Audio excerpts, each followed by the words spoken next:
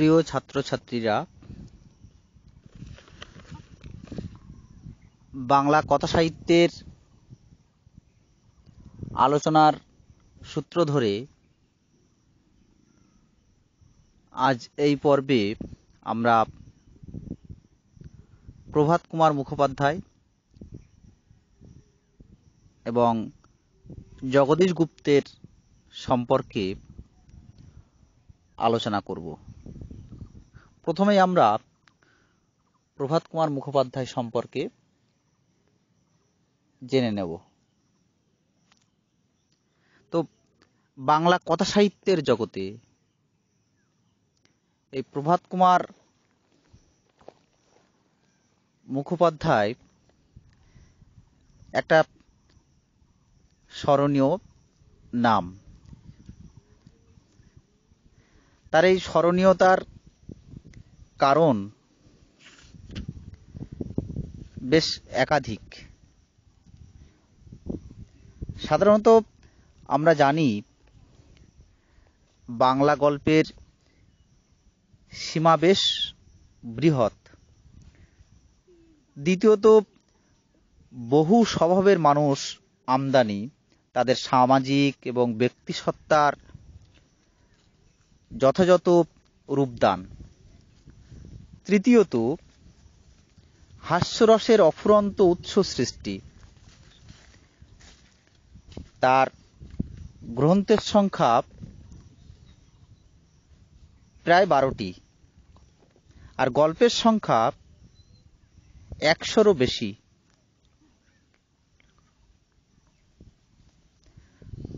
তার এই গল্পের ক্ষেত্রে সাফল্যের কারণ তার গল্প রচনার সহজাত একটা ক্ষমতা, তার ঘটনা সংস্থানের একটা বিন্যাসগত সুকৌশল। এই সমস্ত কারণে তার গল্পগুলি বেশ মনোগ্রাহী হয়ে উঠেছে, জনপ্রিয়তা লাভ করেছে বাংলা সাহিত্যে।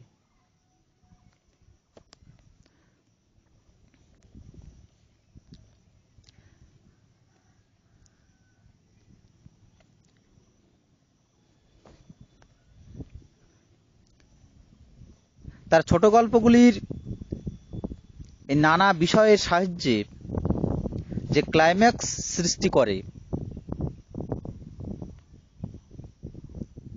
তার ভাষার প্রসাদ গুণ, তার ঘটনা সন্নিবেশ, তার গল্প বলার ঢং,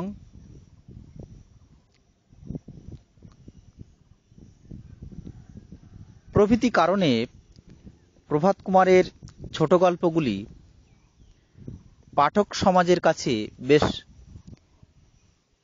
হৃদয়ের কাছাকাছি পৌঁছে গিয়েছে বলা যায়। প্রভাত কুমারের গল্প গ্রন্থগুলির মধ্যে উল্লেখযোগ্য কয়েকটি হল নবকথা, ষোড়শী, দেশীয় বিলাতি, গল্পবিথি, পত্রপুষ্প, যুবকের প্রেম, নতুন বউ, জামাতা বাবাজি, গহনার বাক্স, হতাশ প্রেমিক, বিলাসিনী, গীতাঞ্জলি। এগুলো সব প্রভাত কুমারের গল্পগ্রন্থ। এইসব গল্পগ্রন্থগুলির মধ্যে বিশাল আকাশচারী কল্পনা বিলাস এখানে দেখা যায় না। বিশাল যে ঘটনা আছে তা নয়, তবে সেখানে আছে, গল্পগুলির ভিতরে আছে আমাদের বাস্তব জীবনের সুখ দুঃখ, বিরহ মিলন, হাসি কান্নার পৌষ ফাগুনের পালা। আর এই কারণেই প্রভাত কুমার তার ছোট গল্পগুলির জন্য বাংলা সাহিত্যে শ্রেষ্ঠত্বের দাবি করে থাকেন।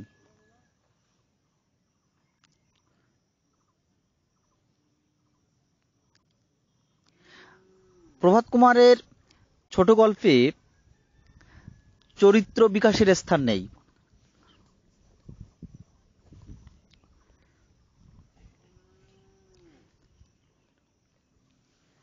রবীন্দ্রনাথের ভাষায় তার গল্পগুলি হাসির হাওয়ায়, কল্পনার ঝোঁকে পালের উপর পাল তুলিয়া একেবারে হু হু করিয়া ছুটিয়া চলিতেছে। কোথাও যে কিছুমাত্র ভাব বা বাধা আছে তা অনুভব করিবার জো নাই।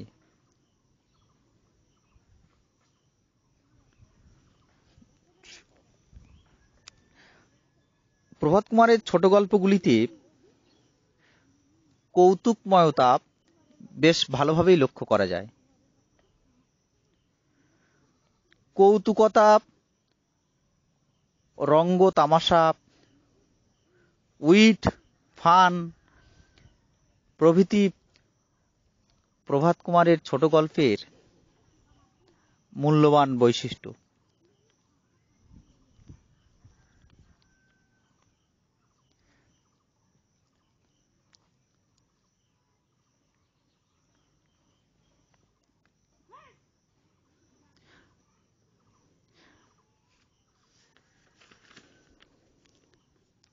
সমকালীন কিছু বাস্তব জীবনের ছবি, সমস্যা, তার জোকার কাণ্ড, কুড়ানো মেয়ে, প্রমুখের মূল্য, মাতৃহীন প্রভৃতি গল্পে,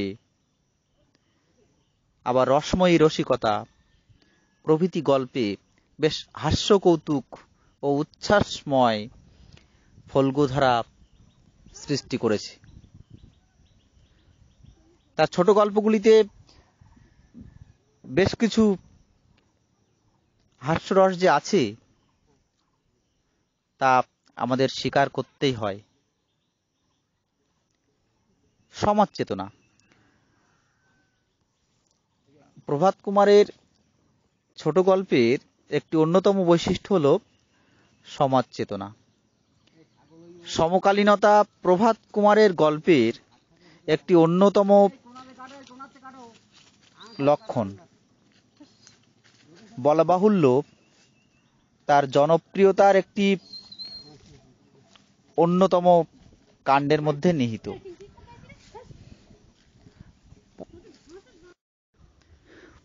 পরিবর্তিত সমাজের মধ্যে বিচরণশীল বর্তমানকালের মানুষ অনেক কৌতূহলোদ্দীপক সামাজিক রীতিনীতির, তৎকালীন যুগের অনেক খবর তার গল্পের ভিতরে বাসা বেঁধেছে।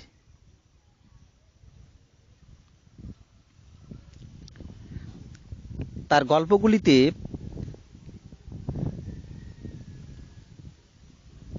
তৎকালীন সমাজের নানা রকম সমস্যা, নানা রকম পারিবারিক সমস্যা, অর্থনৈতিক সমস্যা তার গল্পগুলির বিষয়বস্তুর কেন্দ্রে আমরা লক্ষ্য করি। তার এইরকম কয়েকটি গল্প হল কাশীবাসিনী, আদরিনী, গহনার বাক্স, অঙ্গহীনা, বসবাস জামাতা প্রভৃতি গল্প।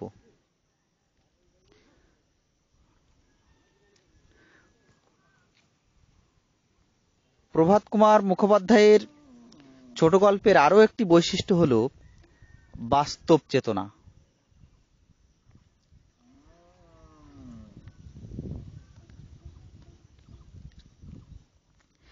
বাস্তবময়তা প্রভাত কুমারের ছোট গল্পের একটি অন্যতম বৈশিষ্ট্য। তৎকালীন সময়ের নানা রকম বাস্তবতা,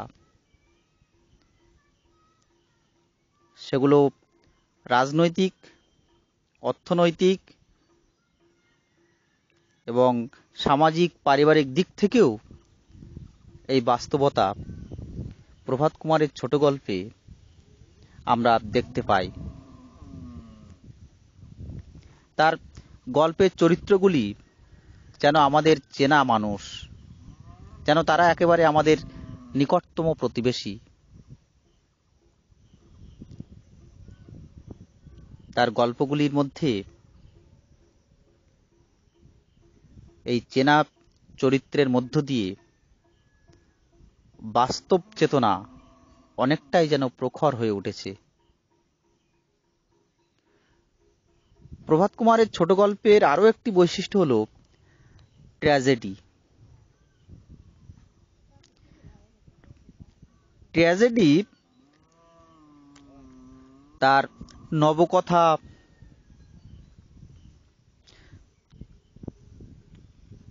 গল্প সংকলনের মধ্যে বেশ কয়েকটি গল্পে বেশ করুণ ট্র্যাজেডি আমরা লক্ষ্য করি। তার দেবী গল্পেও ট্র্যাজেডি ধরা পড়েছে।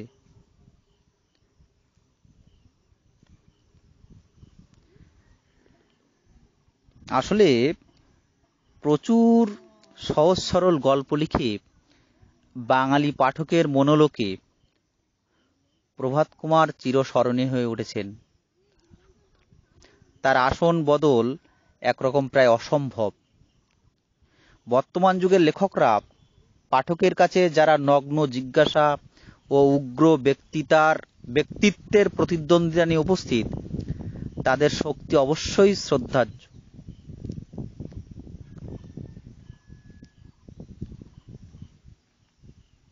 কিন্তু প্রভাত কুমারের ছোট গল্পগুলি বেশ পাঠকের মনোগ্রাহী হয়ে উঠেছে নানা দিক থেকে। সে সমাজ চেতনা বলো, বাস্তব চেতনা বলো, নানা দিক থেকেই প্রভাত কুমারের ছোট গল্পগুলি পাঠক সমাজের হৃদয়ের কাছাকাছি হতে পেরেছে, একথা স্বীকার করতেই হয়। এরপরে আমরা আসব কথাসাহিত্যিক জগদীশ গুপ্ত সম্পর্কে আলোচনায়। বাংলা সাহিত্যে সর্বকনিষ্ঠ প্রকরণ হল ছোট গল্প। মূলত রবীন্দ্রনাথের হাতেই বাংলা ছোট গল্প প্রথম যেন মুক্তির স্বাদ পায়। কিন্তু রবীন্দ্রনাথের পরে ছোট গল্পে শুরু হয় নবনিরীক্ষা, পরীক্ষা। কল্লোল, কালিকলম, বিজলি প্রভৃতি পত্রিকাগুলিকে কেন্দ্র করে বাংলা ছোট গল্পের এক নতুন জগৎ খুলে যায়। এই জগতে জগদীশ গুপ্ত চিহ্নিত হয়ে পড়েন তার বস্তুধর্মিতার কারণে। নির্মোহ বৈজ্ঞানিক বুদ্ধি দিয়ে কথাসাহিত্যকে জগদীশ গুপ্ত দেখেছেন তার নিজের মনের মতো করে। তার কথাসাহিত্যে চরিত্রগুলির স্বপ্নভঙ্গের ব্যর্থতা প্রধানত প্রাধান্য পেয়েছে। লঘুগুরু উপন্যাসের নায়িকা, অসাধু সিদ্ধার্থ উপন্যাসের নায়ক, গতিহারা জাহ্নবী উপন্যাসের নায়িকা জগদীশ গুপ্তের লেখনীর গুণে এক অনন্য সাধারণ হয়ে উঠেছেন, একথা স্বীকার করতেই হয়। গবেষকদের মতে নৈবেক্তিক দূরত্বে দাঁড়িয়ে জগদীশ গুপ্ত মানব জীবনের কিছু নিভৃত রহস্য উন্মোচন করতে চেয়েছিলেন। এক্সরের নিচে মানুষ যেমন বিবস্ত্র, সবকিছু খোলামেলা, যেমন লুকাতে পারে না তার নিজস্ব ক্ষতস্থান, জগদীশ গুপ্তের গল্পেও মধ্যবিত্ত মানুষ যেন তেমন নির্মমভাবে ধরা পড়ে যায়। জগদীশ গুপ্তের উল্লেখযোগ্য গল্পগ্রন্থগুলি হল বিনোদিনী, রূপের বাহিরে, শ্রীমতী, উদয় লেখা, তৃষিত আত্মা, উপায়ন, পাইক শ্রীমিহির প্রামাণিক, শশাঙ্ক কবিরাজের স্ত্রী, মেঘবৃত্ত অশনি। জগদীশ গুপ্তের গল্পে মানুষের অসহায়তা ও পরাজয় বেশি বেশি করে চিত্রিত হয়েছে। অভিজ্ঞতার তিক্ততা ও নির্মমতা দিয়েই তিনি সব গল্পগুলি লিখেছেন। এক কথায় নিষ্ঠুর নিয়তির জয় সূচিত হয়েছে তার ছোট গল্পগুলিতে। জগদীশ গুপ্তের জীবন দৃষ্টি স্বতন্ত্র, তাকে সমকালীন পাঠক মন থেকে গ্রহণ করতে পারেনি, কিন্তু অস্বীকার করতেও পারেননি। তার সবচেয়ে বড় প্রমাণ লঘুগুরু উপন্যাসের রবীন্দ্রকৃত অসহিষ্ণু সমালোচনা। জগদীশ গুপ্তের নির্মমতা, প্রথা বিরোধিতা, তিক্ততা, নৈরাশ্যবাদিতা ও রবীন্দ্রনাথকে বিচলিত করেছিল। অথচ এই জগদীশ গুপ্তের লেখায় লালসার অসংযম ও অশ্লীলতার অত্যুৎসাহ আছে বলে তিনি মনে করেননি।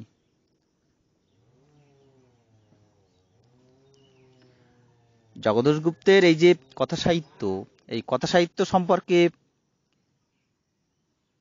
বেশ কয়েকটি বৈশিষ্ট্য বা লক্ষণ আমরা দেখতে পাই।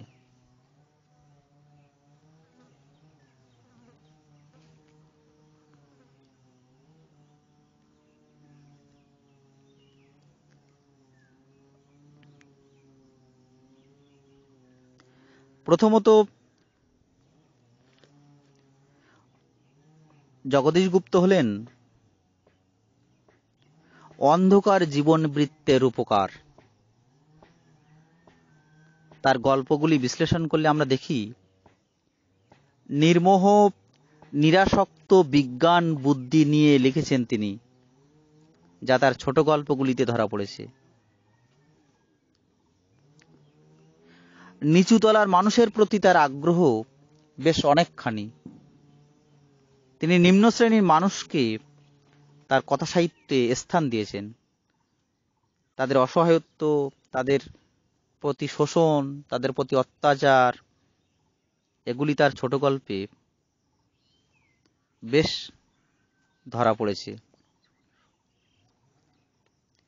তবে জগদীশ গুপ্তের গল্পের একটা অন্যতম বৈশিষ্ট্য হল মানব জীবনের শুভ পরিণামে জগদীশ গুপ্তের কোনো আস্থা ছিল না।